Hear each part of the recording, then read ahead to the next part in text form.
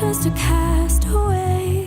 I am sitting here with one of the dopest, unique bands in Southern California. They are BloodtypeG. They have a rap rock heart. Now, I want to take a second and have them introduce themselves to you guys and share your position in your band and also something funny and random about the person next to you. Be easy. All right, well, my name is Milad, and I go by Hashemi. I'm the male vocalist and visionary of the group. What you might not know about Ella is that she's got a growl like it's nobody's business. I'm still trying to get her to put it on a track. It's very true. A growl. Oh, yeah. I don't know about this girl. I'm just saying. I think we can get our music producer to probably scrap up a few tracks. One day, you might hear it. My name is Ella. I am the lead singer, and I do keys as well in the band. Something you do not know about Charles is that he has a crazy obsession with apples. He really likes apples, and he works for Apple too. So there you go. Yeah. He only Sounds eats about right. organic apples, though. Organic only. Yes, they have to be organic. This is the trend. It's growing too, just to let you know. My name, by the way, is Charles, also known as Prog C. I'm the guitarist / music producer in the band. And what you might not know about Sir sitting next to me is he has a computer that's like a mothership, like from another planet. Like it's huge. It might as well be It's a huge. flying saucer. It glows. It glows. It yeah. weighs a lot. And it's probably the neatest thing you'll ever see in your life. Like everything else could be a disaster around him, but his computer is It's true. perfect. I wake up and dust it before I sit down and use it. It's pretty passionate. I have to see this computer one day.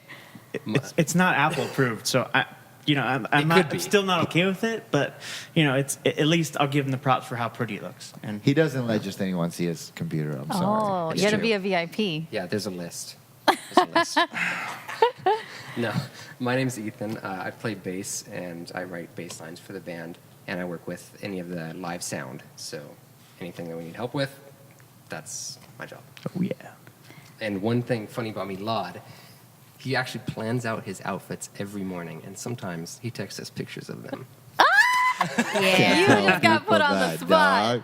Yeah. I don't send them to you, bro, because all He you sends wear them is to me. black. I send them to Ella. well, you Yeah. post on social media too. You might as well. That's Yeah. true. So It's true. this is the reason why you look nice all the time, because you have so much approval before you send them I out. have fashion coordinators, yeah. That's awesome. Now, Ethan, you are new to the band. You're the newest one. Yep.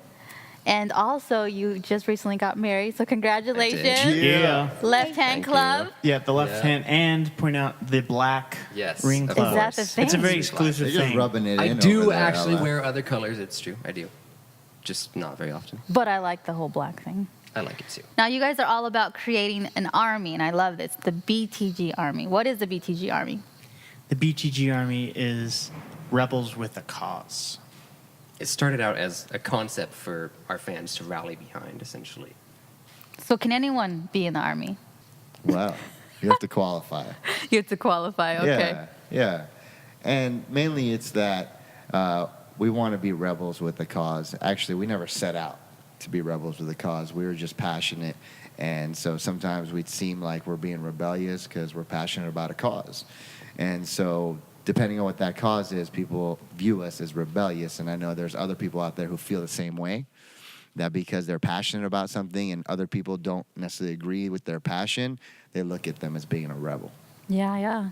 And there's so many causes you guys love and support. And Ella, which one is the one that you guys are focusing on right now? Well, right now we are focusing on a foundation called Rock Against Trafficking, and basically it uses media and entertainment to raise funds for just to rescue and rehabilitate women and children and who have been, sexually trafficked. So Yeah, what that's we're focused on. amazing. It's pretty intense. We're really passionate about that because there's just so many people out there that are suffering that have no idea, that these people are being that way. For sure. And people don't know that it's a modern day slavery. You know, slavery was abolished, but human trafficking is a modern version of that. And so, just like slavery was ended through awareness and people changing their mind and understanding what it is, we want to do the same thing with modern day sex trafficking. Yeah, I commend you guys for using your platform, using your name to make a dent in the sex trafficking industry. So I know there's a competition, right? It's called a Sting cover contest, and this is going to be helping with proceeds for the organization. And you guys are to be doing a cover song by the Police. Is it called Message, in a Bottle? Tell me more about that. Well, when the contest was brought to our attention, I really wanted to do a song that would portray the message, not just to do a song that we love because Sting is an amazing artist, but as I listened to Message in a Bottle, I really envisioned a woman or a young child who has been enslaved and taken advantage of sexually in their hopes and their dreams and their aspirations, their prayers, their cries out are those messages going into the bottle and hoping that somebody one day would be able to rescue them. I know sex trafficking is very near and dear to all of your hearts. And if you guys can also share just why sex trafficking? Why are you pushing it? Why are you behind it? Well, I was introduced to a documentary called Nefarious a few months back, and when I watched it, it just completely opened my eyes to this horrific tragedy happening in humanity. And the whole time I was watching the documentary, I was thinking about my nieces.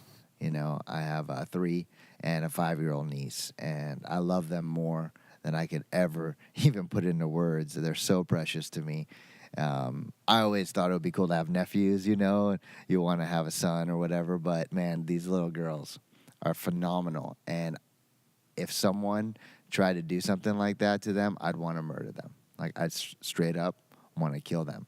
And it would only take the grace of God to keep me from not giving revenge, because I know that vengeance is God's ultimately. But I said, well, I can't do that. You know, I can't go killing people, but what I can do is stop them by raising awareness and letting people know that this is happening. Because that's the first step to really any problem, is raising awareness and then giving a call to action how people can help.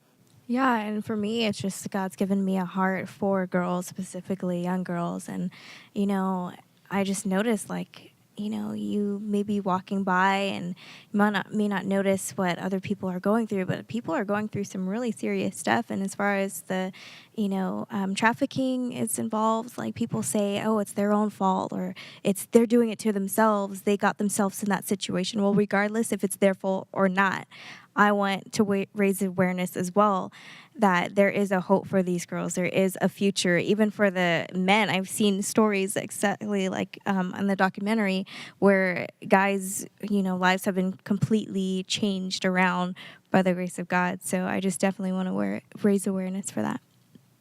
And for the men too, you know, the men who don't realize that they're participating in sex trafficking by, you know, purchasing pornography and supporting the entire industry. We want to raise awareness to say, hey, man, you know, like, let's respect women. You know, let's treat a woman the way she ought to be respected. As if you wouldn't treat your sister that way, your mom that way, or your wife or your girlfriend that way, you probably shouldn't be doing that. And, you know, the one thing that really stood out to me and shocked me was the fact that sex trafficking, human trafficking, is the #1 growing criminal industry in the world. Yeah. I mean, it's like, wow. Like, you would think murder or burglary or, you know, anything drugs. like that. Drugs. I thought it was drugs for sure. You know, when I heard sex trafficking, I was like blown away, like floored. You know, just imagine all of the struggle that they go through and the pain and all the cries for help and no one's there, you know, just being sold over and over, you know, like in the documentary that we watched, you know, someone had said, you know, when you sell a drug, you can just use it once, but when they sell women, these women can be sold over and over for up to a span of 7 years. So, I put myself in not necessarily the shoes, but how that would feel for someone. And wow, it really just broke my heart. And, literally it's happening in every single city all over the world. Like, you may not think it's happening, but it is. And it has to be stopped. I mean, so that's really why I want to jump on board and try to stop this thing. Yeah, I mean, if we can help one girl, because a lot of them are orphans, nobody notices they're gone because they don't have a family already, but they're still a human being, they're still loved ultimately by God. But even if we could just impact one young woman's life and get her out of it, it would be worth it all. But we know we can do more than that.